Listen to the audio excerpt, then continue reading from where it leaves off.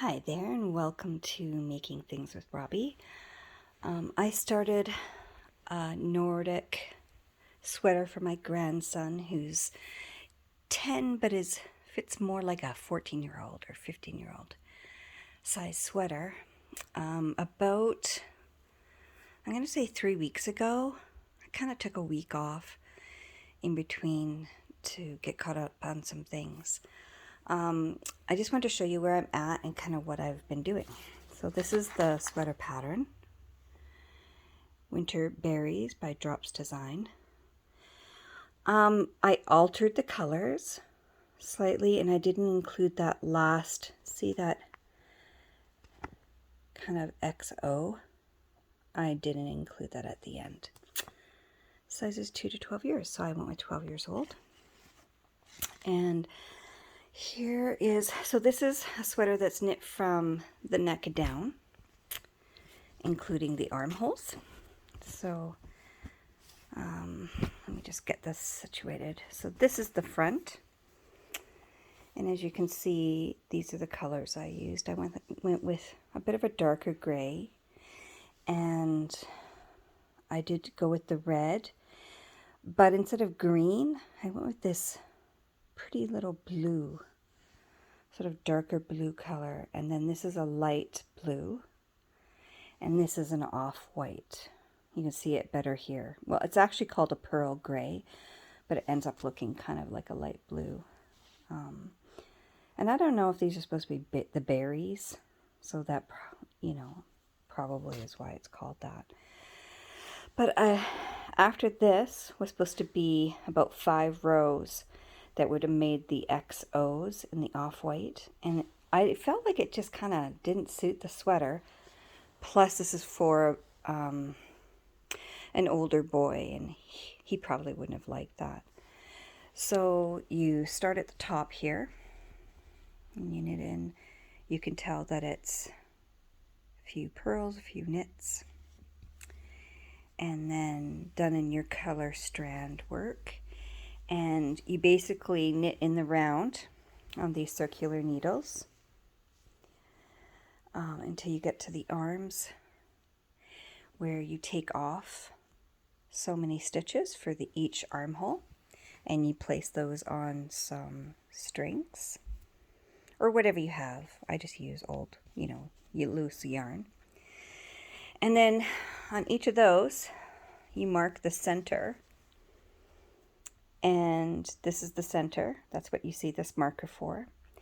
But you carry it forward with you to be used at some point further down, I suppose. I'm not exactly sure what that's used for. Well, we're doing increases on either side of it, so that's probably what it's for. And you do that on each side here. See?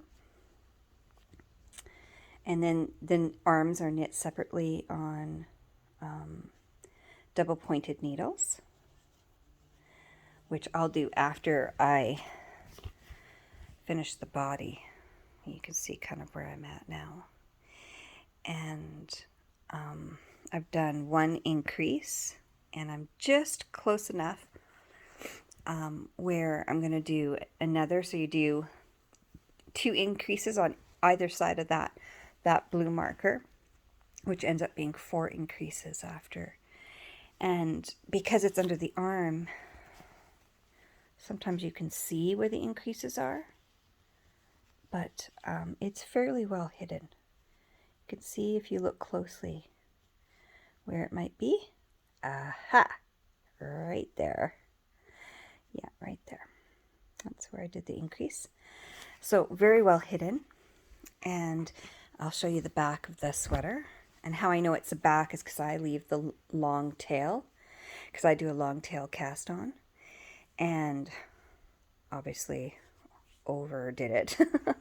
Over calculated how much I'd need for the cast on. So you can see this is going to be the area that when I finish and I'm going to set it out and iron it or whatever, I'm going to go in and fix these crooked areas. And how you do that is I pulled a little too tight, or maybe it's loosened up. It depends. See, you can pull the yarn in such a way that it mostly lines up.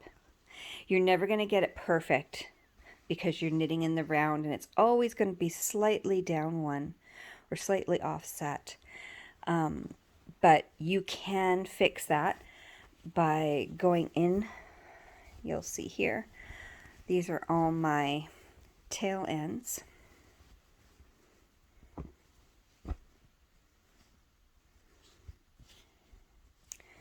Sorry, I'm not a very good camera person. So these are all my tail ends right here. And each one of those I was taught to weave them in as I knit. But I'm finding with this sweater that, I don't know if they're becoming loose. So sometimes you can just pull it, and then when you go to sew them back in, you would go this way and then back around this way, so that you're kind of going in a zigzag, and then it just won't come loose. But I think I'm going to pull all those out to the very start, and then that way I can kind of look at my sweater as I pull and see kind of how much I need to do that, so that I'm not pulling too tightly so as to cause like something like that. I don't want that to stay like that. See how it's like this a little bit?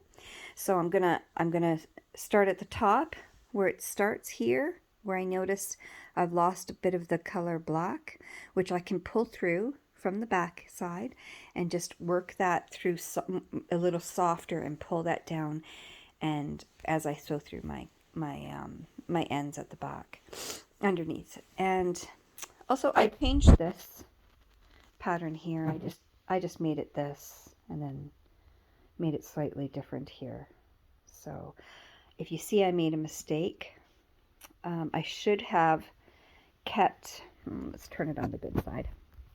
I should have kept, when I altered the pattern, the black was always with no gap in between here. See? And here I put in a gray row. I should have just gone in and put the gray there, and then the black, and then the gray. And just, you can see it's slightly off, but I mean, it still looks really great, right? No one's going to really notice that. So I thought that I would just kind of show you where I'm at the moment, and I'll show you on the pattern as well. So on the pattern, if you can see, I am right now right about right here. I'm getting to increase like this every 6.5 centimeters, a total of 4 times on each side. So what they're talking about is how I said I was doing the increase on either side, one increase on either side of that marker. And so I'm getting close to doing where basically I'm just measuring with my measuring tape, and I go to the centimeter side, and from there I go to the marker, and I kind of make that, kind of flatten that out.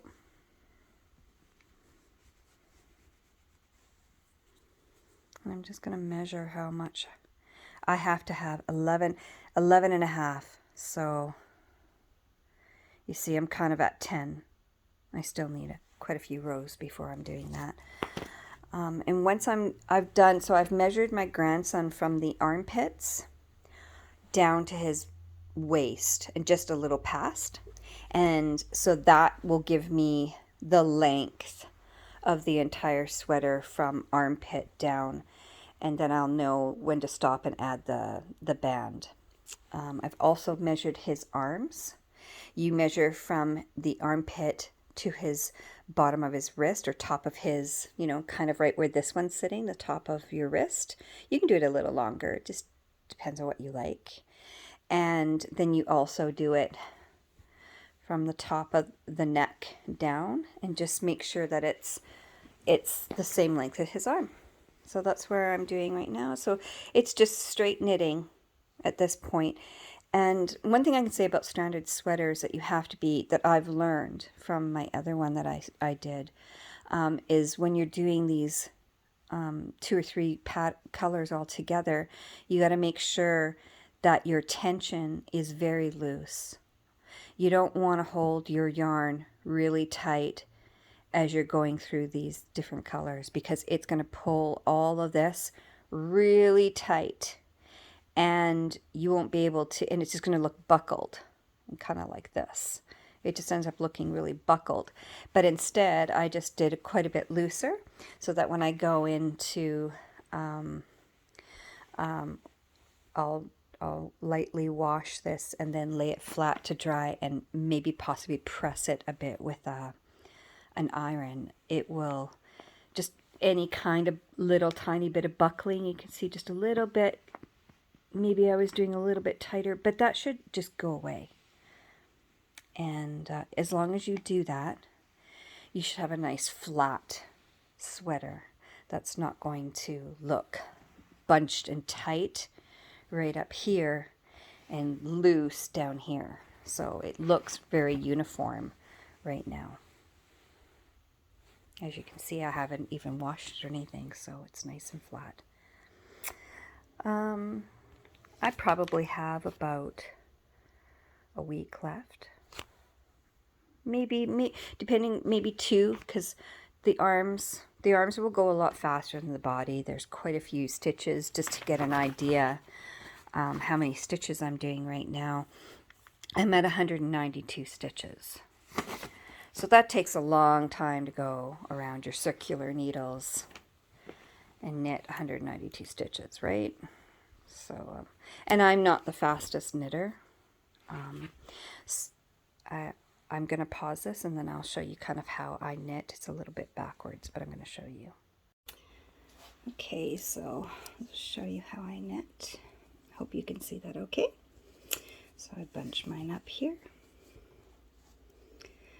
Stab through that side, around the bottom over the top, and release. Through that way, around the bottom, over the top, and around and under. Stab through this way, around the top, and come off.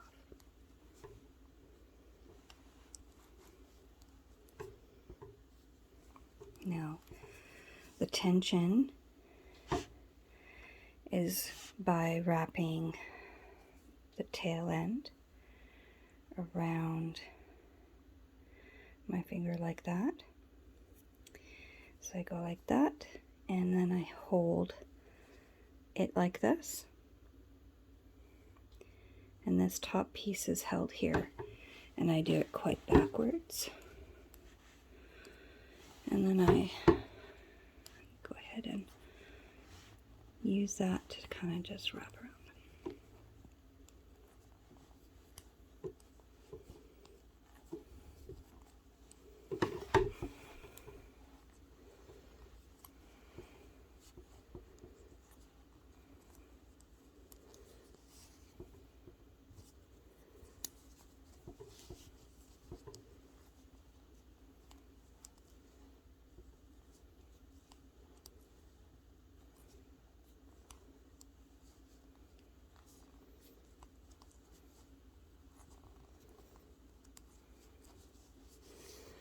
And then I just go like that all the way around the entire circle until I get to my marker.